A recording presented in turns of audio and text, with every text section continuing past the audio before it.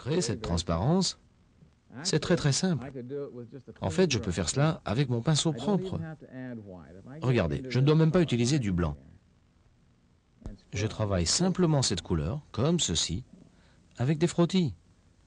Et soyez attentifs à présent. Cela devient de plus en plus clair. Si ça ne s'éclaircit pas assez, je peux faire ainsi. Enlever tout simplement de la couleur.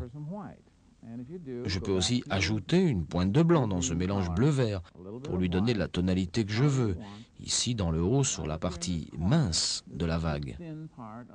Et toujours en suivant la cambrure, avec des frottis.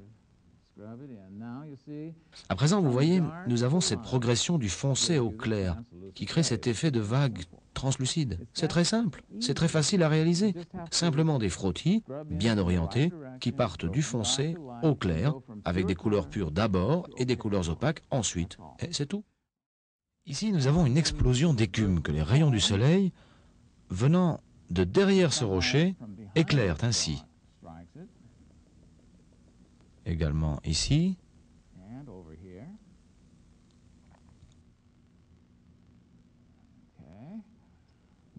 À présent, je dépose mon pinceau comme ceci sur la crête de la vague, ou du rouleau. Je l'incline presque à plat et je le déplace comme ceci. Regardez. Vous voyez apparaître ces traits de lumière et d'écume qui scintillent sur le rouleau. Et je descends dans le bas pour déposer un peu de cette écume dans la zone d'ombre.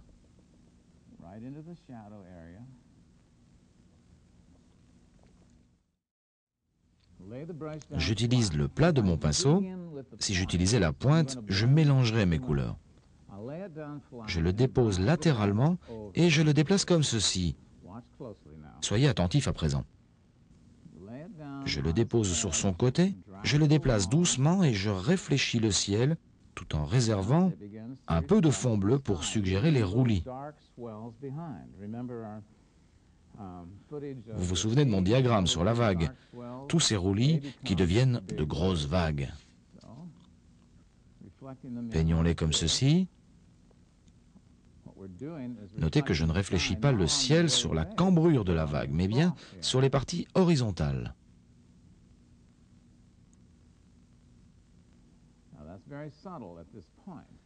Ce qui suit est plus délicat, et je vais utiliser pour cela un pinceau plus fin. Ce petit pinceau aquarelle, je prends un peu de ma couleur pour les nuages, et là où ils se réfléchissent au-dessus de la mer, à la verticale, et à nouveau, avec mon pinceau posé latéralement,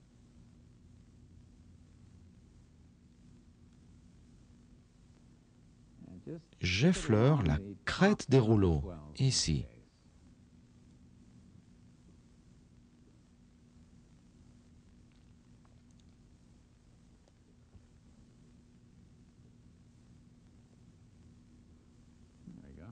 Et voilà.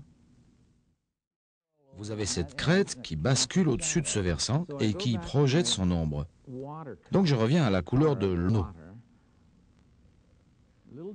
un peu plus foncée que celle qui s'y trouve déjà, et je peins cette petite ombre. Vous voyez cette crête qui bascule à présent? J'ai créé un effet de profondeur. Vous voyez l'eau qui se cambre et qui commence à déferler. Et en même temps, je vais indiquer l'ombre des traînées d'écume, identique à celle-ci, mais qui se trouve sur l'autre versant.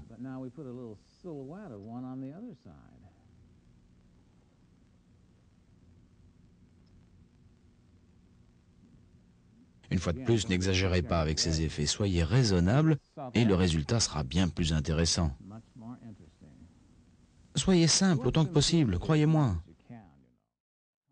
Et je m'applique à donner à toute cette activité un maximum de réalisme, à ces formes, à cette écume qui danse ici.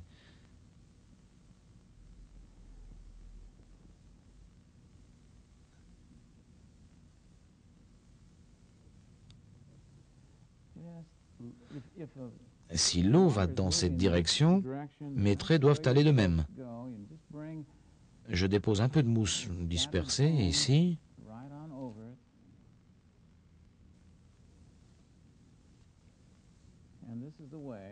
C'est de cette façon que je vais compléter tout cet avant-plan. Uniquement avec des traits. Ce travail de finition est très important.